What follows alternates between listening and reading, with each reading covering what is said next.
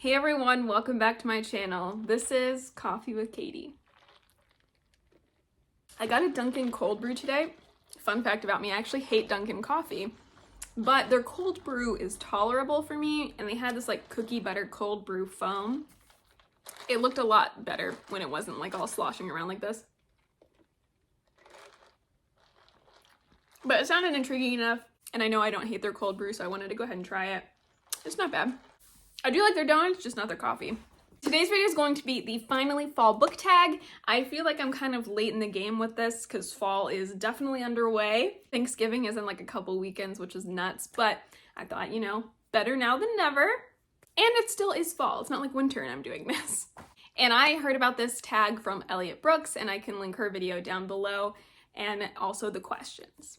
So the first prompt for this finally fall book tag: in the fall, the air is crisp and clear. Name a book with a vivid setting.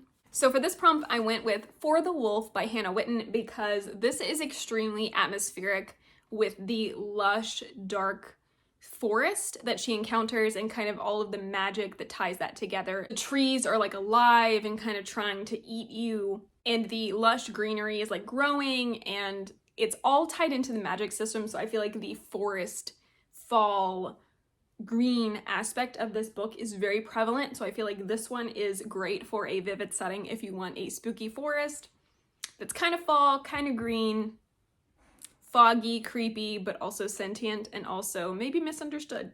So this one absolutely for a vivid setting. Nature is beautiful but also dying. Name a book that is beautifully written yet also handles hard topics such as grief or loss. And for this one I picked Gallant by V.E. Schwab because this handles a lot of topics around death, and death is a character in this book, but also the main character's mother has passed. She's trying to piece together, you know, the life of her mom a little bit through her diary that she left behind, and goes to her old house, Gallant, to try to just kind of learn more about her mom. She encounters ghouls and spirits and finds out that some of her other family members are dead and trying to like communicate with them kind of.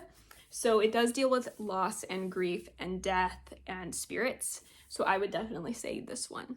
Fall is back to school season. Share a nonfiction book that taught you something new. So this is gonna get heavy for a second. So I'm currently reading through this, and I do like little chunks of it at a time, so I'm not finished, even though my bookmark is not in the correct place because I'm also listening to it. But that is The Great Sex Rescue by Sheila Ray Gregor. And basically I could tell you what the book is about on this little snippet in the front of the book, but it says the lies you've been taught and how to recover what God intended. So this is just kind of tackling how a lot of religious culture handles sex, and the way they talk about it, the way they teach about it, and how what we've kind of skewed it to be today is not what God intended it to be, and kind of recovering this great thing that humans can do and enjoy. And this has been extremely eye-opening, frustrating, hopeful, a lot of different things, and if any of that kind of calls to you, I would highly recommend picking up this book because you're not alone. In order to keep warm, it's good to spend time with people we love. Name a fictional family, household, or friend group that you would like to be a part of. I had so many answers for this, and I was trying to narrow it down, and I came up with like 3 different ones, and there's more. I know there's more, but these are the ones that came to mind immediately. One of them was Nikolai and Zoya, because they're 2 of my favorite characters from the Grishaverse, and they kind of have their own story in the King of Scars duology, and I just think it would be so fun to hang out with Nikolai and Zoya, because Nikolai's hilarious and I love him, and I also love Zoya, but I love them for different reasons, so it would just be kind of really cool to be a part of their group. Another one that I think would be super fun would be the Fellowship from Lord of the Rings. Aragorn's amazing, Legolas is fantastic, Gandalf is amazing, he's my favorite, Gimli's a boss, the Hobbits are frustrating and adorable. Yeah, I don't know, I just think being a part of that group would be really fun. But the one I'm going to talk about next is probably the one I would actually pick, and that is The League of Extraordinary Women by E.B. Dunmore. So this is a series of books that I've talked about a couple of times on this channel that I absolutely love, and I can't wait for the next one to come out next year. I actually have the first one laying right here, so I'll just throw it up here. Bringing Down the Duke by E.B. Dunmore.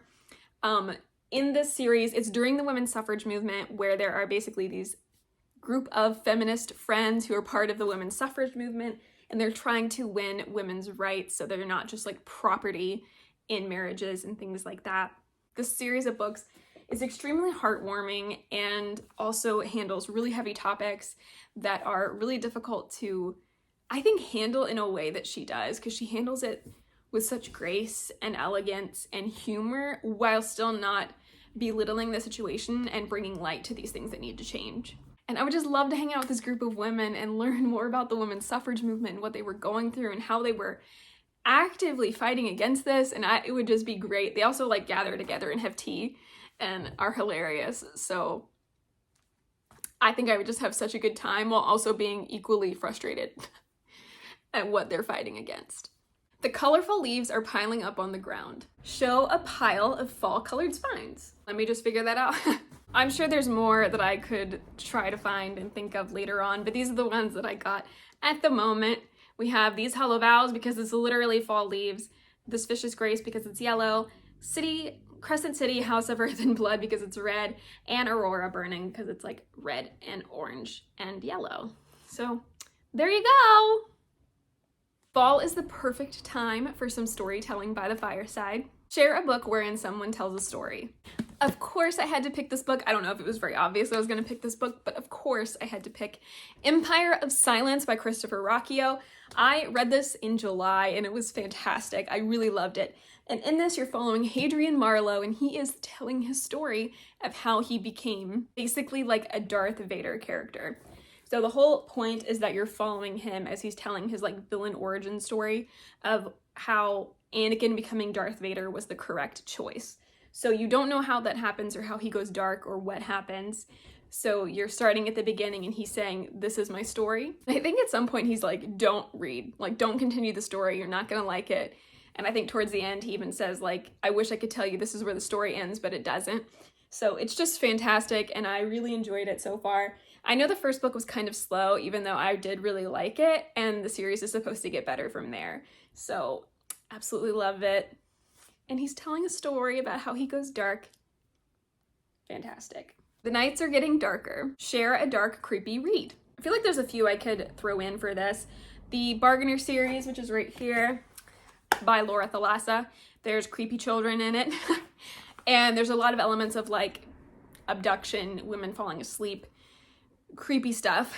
So that one is definitely creepy. Another one that, I have them over there, but I'll just throw it up here. Another one I would say that is pretty creepy is the Diviner series by Libba Bray. I have only read the first one, but it was extremely creepy and eerie. So definitely those. The days are getting colder. Name a short, heartwarming read that could warm somebody's cold and rainy day. I'm struggling with this one because I feel like I don't read a lot of short stories. So I'm gonna name a couple that some of them are on the shorter side, but the one that came to mind immediately was Fireheart by Emma Hamm, which is not short, and I just think it's heartwarming because of the dragon in it, but really it's not like a heartwarming read. And the more I thought about this question, the more I'm second guessing if I ever read anything that's just heartwarming, because I feel like everything I read has dark elements to it, and now I'm questioning everything about myself.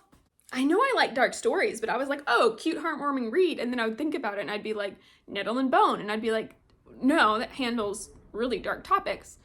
Oh, Caraval. And I was like, no, somebody's like hand is severed in that. Like they're not just heartwarming. They may have parts that are heartwarming, but it's not completely. So I was struggling. But anyway, Fireheart, super cute, even though it handles a lot of hard topics as well. And it can be a little bit, not necessarily gruesome, but like death and stuff happens. Murderbot Diaries, which is hilarious because he's a murder bot, but I think that can be a little bit heartwarming because it's very humorous and it can be lighthearted in that way of how they're talking about the situations and the humor, but there's a lot of like battles and stuff that happen, so it's not heartwarming, but it kind of is. And another one I thought of is The Ice Dragon by George R.R. Martin. This is a short story that he wrote, I guess, about a girl, this like little 11-year-old girl and her ice dragon, and that was pretty cute, even though still there's dark things to it. So that's probably the best one for this tag. Fall returns every year. Name an old favorite that you would like to return to soon. So this, I also struggled with this question because I don't really reread at all. I rarely do that. The only ones that I have reread have been Caraval series and Once Upon a Broken Heart and Ballad, but all of those were because I was listening to the series with my husband. I listened to the Caraval trilogy with my husband and Once Upon a Broken Heart with my husband because he was going through them and I wanted to experience it kind of with him. And then ballad was because I read the arc and I listened to the audiobook to see if I had missed anything. But other than that, I don't really reread often or at all. So I would say if I was to answer that question, I'd probably like to reread Vicious at some point because it is my favorite book. And I read it a little while ago, but not that long ago. But I will probably like to reread that one at some point because it is my favorite book of all time. One that I would like to get into again, because I started this and never finished it, but it's a long thing. It's not like a simple thing, would be The Essential Spider-Man. So they did like volumes of this and I don't think you can get them anymore, which is also really depressing. And I want to get all the volumes, so that may be a problem. Basically, they put out The Amazing Spider-Man Essential Volume 1, etc. And it's so you can read all of the comics in order, and they put them in these like paperback volumes that were like this thick, so you could go through the comics. And I have the first volume, so it would be cool to return to the world of Spider-Man and to be able to read through those because I love Spider-Man so much. He was like one of my childhood memories and heroes, and I still love him so much.